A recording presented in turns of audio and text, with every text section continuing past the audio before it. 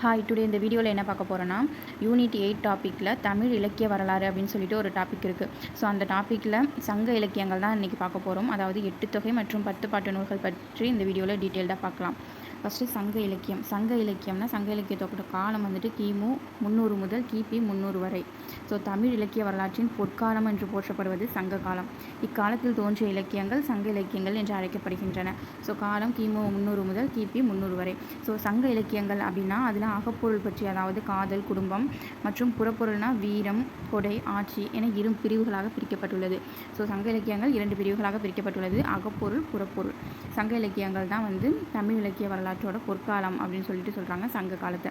Next முச்சங்கங்கள் பற்றிய செய்திகள். சங்கம் பற்றிய குறிப்புகள் சங்க இலக்கியத்தில் இல்லை என்றாலும் பிற்கால இலக்கியங்கள், குறிப்பாக இறையனார் அகப்பொருள் உரை, இதில் வந்துட்டு முச்சங்கங்கள் பற்றிய தகவல்கள் இருக்குது. ஸோ இறையனார் அகப்பொருள் உரையில் முச்சங்கங்கள் பற்றிய தகவல்கள் இருக்கிறது. இது ஒரு செவிவழி செய்தியாகவே பார்க்கப்படுகிறது. ஃபஸ்ட்டு முதல் சங்கம் அமைந்த இடம் வந்து தென்மதுரை. அதில் தலைச்சங்க உறுப்பினர்களாக இருந்தவர்கள் அகத்தியர், திரிபுரம் எரித்த விரிசடை கடவுள், குன்றெறிந்த முருகவேல், முரஞ்சியூர் முடிநாகராயர், நிதியின் கிழவர் உள்ளிட்ட 549 புலவர்கள் முதல் சங்கத்தில் இடம்பெற்றிருக்கார்கள். இவர்களில் வந்து ரொம்ப முக்கியமானவர் அகத்தியர். ஸோ அகத்தியர் அப்படிங்கிறவர் எந்த சங்கத்தை சேர்ந்தவர்னா முதல் சங்கத்தை சேர்ந்தவர். அந்த காலத்தில் ஆண்ட மன்னர்கள், அதாவது பாண்டிய மன்னர்கள் யாருன்னா காய்ச்சின வழுதி முதல் கடுங்கோன் ஈராக 89 பாண்டிய மன்னர்கள் அந்த காலத்தில் ஆட்சி புரிஞ்சிருக்காங்க. ஸோ காலம்னு பார்த்தோம்னா 4440 ஆண்டுகள். அகத்தியம் இந்த சங்கத்தில் இயற்றப்பட்டதாக கருதப்படும் இலக்கண நூல். ஸோ இந்த சங்கம் வந்து கடல் கொண்டதால் அழிந்ததுன்னு சொல்கிறாங்க. ஸோ ஃபஸ்ட்டு முதல் சங்கம் அது வந்துட்டு தென்மதுரையில் ஸ்டார்ட் பண்ணியிருக்காங்க. அதில் உள்ள உறுப்பினர்கள் வந்து 549 புலவர்கள் இருந்திருக்காங்க. அதில் முக்கியமானவர் அகத்தியர். ஸோ இதில் வந்து ஆட்சி செய்த மன்னர்கள் வந்து காய்ச்சின வழுதி முதல் கடுங்கோன் வரை 89 பாண்டிய மன்னர்கள் ஆட்சி செய்திருக்கார்கள். காலம் அப்படின்னு பார்த்தோன்னா 4440 ஆண்டுகள். ஸோ வந்து இந்த காலத்தில் இயற்றப்பட்ட இலக்கண நூல் வந்து அகத்தியம். ஸோ அகத்தியம்னா முதல் சங்க நூல். நெக்ஸ்ட்டு இடைச்சங்கம் வந்து அமைத்த இடம் கபாடபுரம்.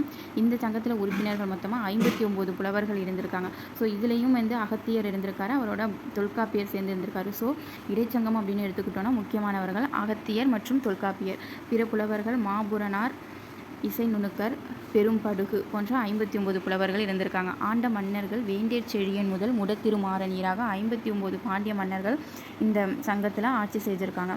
ஆண்ட காலம் அப்படின்னு பார்த்தோன்னா 3700 ஆண்டுகள். நூல்கள் அப்போ தொல்காப்பியர் இந்த காலத்தை சேர்ந்தவர் அப்படிங்கவும் அவரோட நூறான தொல்காப்பியம், மாபுராணம், இசை நுணுக்கம், பூத புராணம் போன்றவை இந்த காலத்தில் இயற்றப்பட்ட நூல்கள். ஸோ இதுவுமே கடல் கொண்டதால் தான் அழிஞ்சிருக்கு இந்த இடைச்சங்கமும்.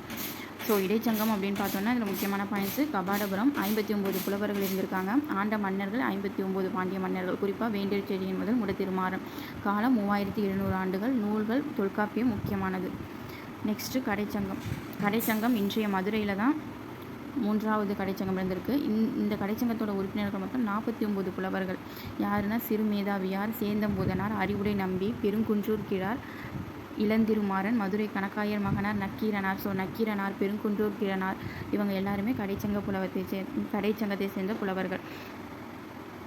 நெக்ஸ்ட்டு இந்த காலகட்டத்தில் ஆண்ட மன்னர்கள் வந்து முடத்திருமாற முதல் உக்கிர பெருவெழுதி வரை 49 பாண்டிய மன்னர்கள்.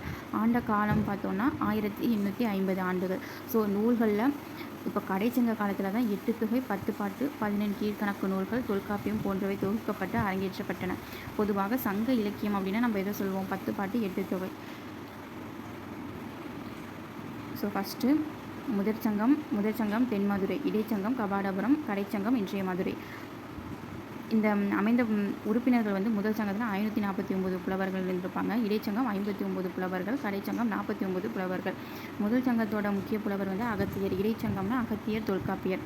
கடைச்சங்கத்தில் நக்கீரனார், பெருங்குன்றூர் கிழார்லாம் இருந்திருப்பாங்க. மன்னர்கள் அப்படின்னு பார்த்தோன்னா முதல் சங்கத்தில் வந்து காய்ச்சின வழுதி முதல் கடுங்கோன் வரை இருந்திருப்பாங்க. இடைச்சங்கத்தில் வேண்டேர் செழியன் முதல் முடத்திருமாறன், கடைச்சங்கத்தில் முடத்திருமாறன் முதல் உக்கிர பெருவழுதி வரையும் இருந்திருக்காங்க. ஸோ இது நம்ம இப்போ சங்கங்கள் பற்றி பார்த்தாச்சு. நெக்ஸ்ட்டு 8 தொகை நூல்கள் பற்றி பார்க்கலாம்.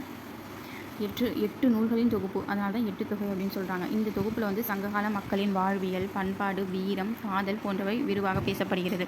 ஸோ 8 தொகை நூலில் ஃபஸ்ட்டு நற்றினையோட அடி வரையறை 9 அடி முதல் 12 அடி வரை. இந்த நூலை தொகுத்தவர் யாருன்னு தெரியல. தொகுப்பித்தவர் பன்னாடு தந்த பாண்டியன் மாறன் வழுதி. பாடல்களின் எண்ணிக்கை 400. நல் என்னும் அடிமொழி பெற்று விளங்கும் நூல் எதுன்னா நற்றினை தான். நல் நற்றினை அப்படின்னு சொல்கிறாங்க. அகத்திணை மரபுகள் இதில் சொல்லியிருக்காங்க. இதில் உள்ள பல பாடல்கள் அன்றாட வாழ்வில் பயன்படுத்தும் பழமொழிகளாக தான் இருக்குது. ஸோ நற்றிணை பாடல்கள் பழமொழியாக பயன்படுத்துகிறாங்க. அதுக்கு எடுத்துக்காட்டு பெயர் பழியுரைக்கும் ஈதலின் சிறப்பே. ஸோ இது எந்த நூலில் உள்ள பாடல் வரின்னா நற்றிணை. பெயர் பழியுரைக்கும் ஈதலின் சிறப்பே. ஸோ நற்றிணை அப்படின்னா அடிவரையறை 9 முதல் 12. தொகுத்தவர் யாருன்னு தெரியல. தொகுப்பித்தவர் பன்னாடு தந்த மாறன் வழுதி. பாடல்களின் எண்ணிக்கை 400. இந்த நற்றிணையோட அடைமொழி வந்து நல் அப்படின்னு சொல்லி அந்த அடைமொழியை பெற்றவர் நல் நற்றிணை அப்படின்னு சிறப்பிக்கப்படுது.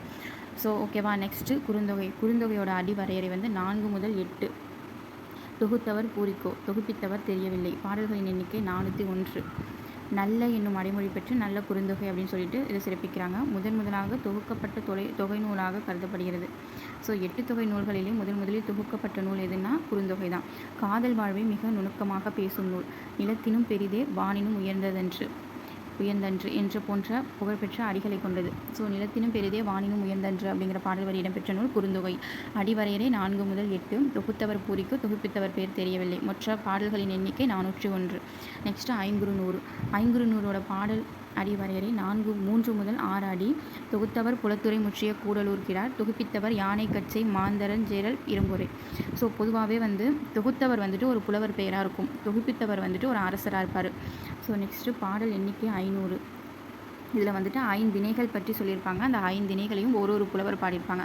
ஸோ அவங்க யாருன்னு சொல்லிட்டு பார்க்கலாம். ஃபஸ்ட்டு மருதம் மருத திணையை பாடியவர் ஓரம் போகியார். நெய்தல் திணையை பாடியவர் அம்மூவனார். குறிஞ்சி திணையை பாடியவர் கபிலர். பாலை ஓதலாந்தையார். முல்லை பேயனார். ஓகேவா. என்னும் அடைமொழி பெற்று ஐங்குறுநூறு என்று சிறப்பிக்கப்படும் நூல். குறு அகவல் ஓசை கொண்ட நூல். 5 திணைகளுக்கும் தலா 100 பாடல்கள் வீதம் 500 பாடல்கள். நெக்ஸ்ட்டு 10 பாட்டு. இதோட அடிவரையறை 8 முதல் 57. இந்த நூலில் வந்து தொகுத்தவர் 2 பேருமே தெரியாது. பாடல்களின் எண்ணிக்கை 100. ஸோ இந்த பாடலில் முதல் 10ம் இறுதி 10ம் வந்து கிடைக்கவில்லை. ஸோ 8 சேர மன்னர்களை பற்றி 10 பாடப்பட்ட 80 பாடல்கள் இருக்குது. இந்த பதிற்று பற்று அப்படிங்கிறது முக்கியமாக சேர மன்னர்களை பற்றி பாடும் புறப்பொருள் நூல். ஒவ்வொரு பத்தின் முடிவிலும் பதிகம் காணப்படும். ஸோ நெக்ஸ்ட்டு பரிபாடல் அடிவரையறை 25 முதல் 400 அடி. தொகுப்பித்தவர் தெரியவில்லை. தொகுத்தவரும் தெரியவில்லை. ஸோ பதிற்று 10 பரிபாடல் 2க்குமே தொகுப்பித்தவர் மற்றும் தொகுத்தவர் யாருன்னு தெரியல. ஸோ பாடல் எண்ணிக்கை வந்து 70. ஆனால் இப்போது 24 பாடல்கள் மட்டும்தான் கிடைச்சிருக்கு. இது வந்து ஒரு இசைப்பாடல் நூல். ஓங்கு பரிபாடல் அப்படின்னு சொல்லிட்டு இதனுடைய சிறப்பான பெயர் வந்து ஓங்கு பரிபாடல். தெய்வ பாடல்களையும் வைகை ஆற்றின் சிறப்பு பாடல்களையும் கொண்டது. அகப்பொருள் புறப்பொருள் இரண்டையுமே பாடுறது தான் பரிபாடல். ஸோ 8 தொகை நூல்களிலே அகப்பொருள் மற்றும் புறப்பொருள் ரெண்டையுமே சேர்த்து பாடுகிற நூல் வந்து பரிபாடல் தான். நெக்ஸ்ட்டு கலித்தொகை. அதோடைய அடிவரையறை 11 முதல் 80 அடி. தொகுத்தவர் நல்லந்துவனார். தொகுப்பித்தவர் பெயர் தெரியவில்லை. மொத்தமாக 150 பாடல்கள். கலித்தொகை மற்றும் ஐங்குறுநூறு ரெண்டுமே வந்து 5 திணைகள் பற்றி பாடியிருப்பாங்க. பாலைக்களியை பாடியவர் பெருங்கடுங்கோ. குறிஞ்சிக்களி கபிலர். மருதக்களி மருதன் இளநாகனார். முல்லைக்களி சோழன் நல்லுருத்திரன். நெய்தல்களி நல்லந்துவனார். ஸோ கலித்தொகை தான் வந்து கலிப்பாவால் அமைந்த நூல். பற்றறிந்தோர் ஏத்தும் களி அப்படின்னு சொல்லிட்டு புகழப்படும். இதில் கைக்கிளை பெருந்திணை பற்றிய விளக்கங்கள் கூறப்பட்டிருக்கும். தமிழ் விருத்தம் என்னும் யாப்பு வகையின் முன்னோடியாக கருதப்படுவது கலித்தொகை. அகநானூறு. அடிவரையறை 13 முதல் 31 அடி வரை. தொகுத்தவர் உருத்திர சன்மனார். தொகுப்பித்தவர் பாண்டியன் உக்கிர பெருவழுதி. பாடல்களின் எண்ணிக்கை பார்த்தோன்னா 400. இதில் வந்து 3 பிரிவுகள் இருக்குது. களிச்சி யானை நிறை இதில் 120 பாடல்கள். மணிமிடை பவளம் 180 பாடல்கள். நித்திலக்கோவை 100 பாடல்கள் இருக்குது. இந்த நூலுடைய சிறப்பு பேர் வந்து நெடுந்தொகை. அகநானூறு நூல் எப்படி அழைக்கப்படும்னா நெடுந்தொகைன்னு சொல்லிட்டு அழைக்கப்படும். இது வந்து அகப்பொருள் சார்ந்த 400 பாடல்கள் இதில் இருக்குது. ஸோ பாலைத்திணை பாடல்கள் ஒற்றைப்படை எண்களில் 1, 3, 5. குறிஞ்சி முல்லை பரதம் நெய்தல் திணை பாடல்கள் இரட்டைப்படை எண்களிலும், அதாவது குறிஞ்சினா 2, 8 அப்படின்னு சொல்லிட்டு வரும். முல்லைனா 4, 14. மருதம் 6, 16. நெய்தல் 10, 20. இப்படி ஒவ்வொரு திணையும் தனித்தனி தொடர் எண்களிலும் அமைஞ்சிருக்குன்னு சொல்கிறாங்க. நெக்ஸ்ட்டு புறநானூறு. அதோட அடிவரையறை 4 முதல் 40 அடி. இந்த நூலும் தொகுப்பித்தவர் யார் என்று தெரியவில்லை. பாடல் எண்ணிக்கை 400 பாடல்கள். இந்த நூல் தான் வந்து தமிழர் வரலாறு, பண்பாடு, வீரம், கொடை, கல்வி, போர் முறை, ஆட்சி முறை, மன்னர்கள், புலவர்கள் பற்றி பேசும் புறப்பொருள் நூல். தமிழர்களின் வரலாற்று பெட்டகம் அப்படின்னு சொல்லிட்டு இந்த நூலை சொல்கிறாங்க. தமிழர்களின் கருவூலம் அப்படின்னு இந்த நூலை ஊவேசா போற்றியுள்ளார். இதெல்லாம் ரொம்ப இம்பார்ட்டன்ட். நெக்ஸ்ட்டு யாதும் ஊரே யாவரும் கேளீர் உண்டாலம்மா இவ்வுலகம். இதெல்லாம் புகழ்பெற்ற வரிகள். புறநானூற்றில் உள்ள புகழ்பெற்ற வரிகள். Okay, thank you friends. நெக்ஸ்ட் வீடியோவில் 10 பாட்டு பற்றி டீட்டெயிலாக பார்க்கலாம்.